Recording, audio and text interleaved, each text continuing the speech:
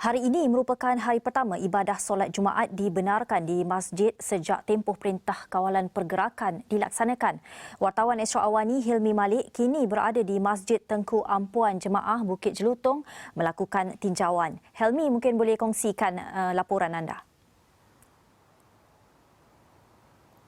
Baik, terima kasih Gigi. Saya kini langsung di Masjid Tengku Ampuan Jumaat Bukit Jelutong dan benar di mana hari ini merupakan pelaksanaan hari pertama ibadah solat Jumaat telah pun dibenarkan sejak tempoh Perintah Kawalan Pergerakan dilaksanakan dan juga di sini hari ini di mana saya akan bawakan kepada anda antara persediaan yang dilakukan di pihak masjid ini di mana anda dapat lihat di sebelah saya ini antara langkah-langkah ataupun panduan untuk para jemaah yang akan hadir sebelum mereka dibenarkan masuk agar memastikan segala SOP dilaksanakan. Antaranya saya kongsikan di mana mereka hendaklah membawa sejadah sendiri pada hari ini dan juga bagi mereka yang berusia lebih daripada 60 tahun tidak dibenarkan untuk memasuki ke ruangan Dewan Solat buat masa ini.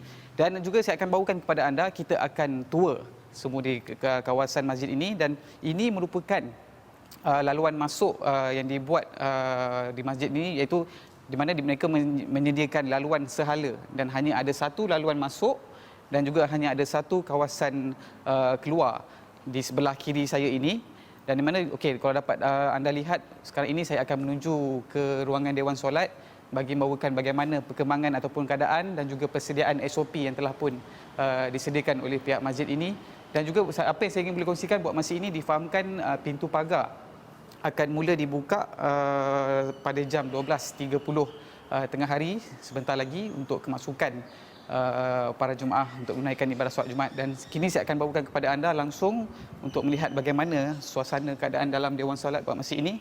Dan seperti anda lihat, ini antara keadaan ruangan Dewan Solat Jumaat yang telah pun disediakan. Dan seperti anda lihat, mereka telah pun menyediakan ruangan-ruangan pangkah ini, iaitu dengan jarak 1 meter untuk melakukan persiapan ibadah solat Jumaat sebentar lagi.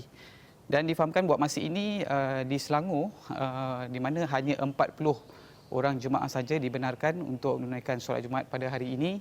Dan kita tidak seperti di wilayah Persekutuan di mana di sana difahamkan mereka mengikut kapasiti pada ruangan saiz kelebaran masjid itu, dan tidak di Selangor yang masih menghadkan kepada 40 jemaah bagi menunaikan solat Jumaat ini.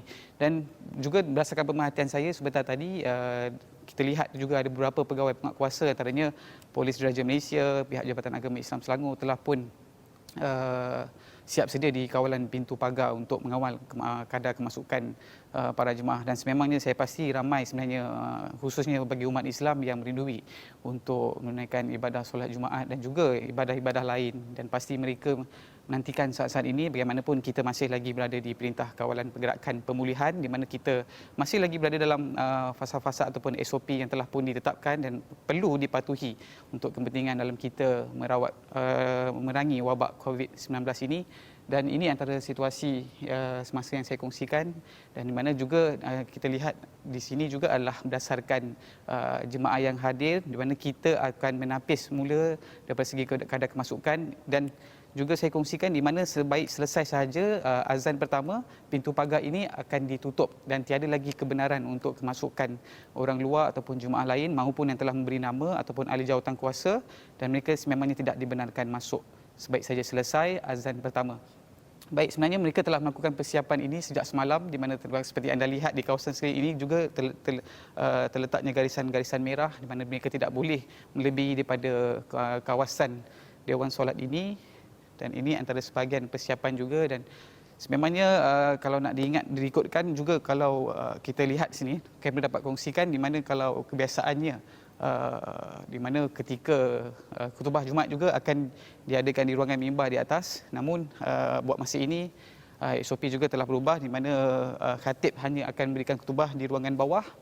Dan seperti anda lihat, itu adalah room yang telah pun disediakan, di mana itu adalah tempat khatib untuk mengambil tempat bagi aktiviti khutbah Jumaat buat masa ini.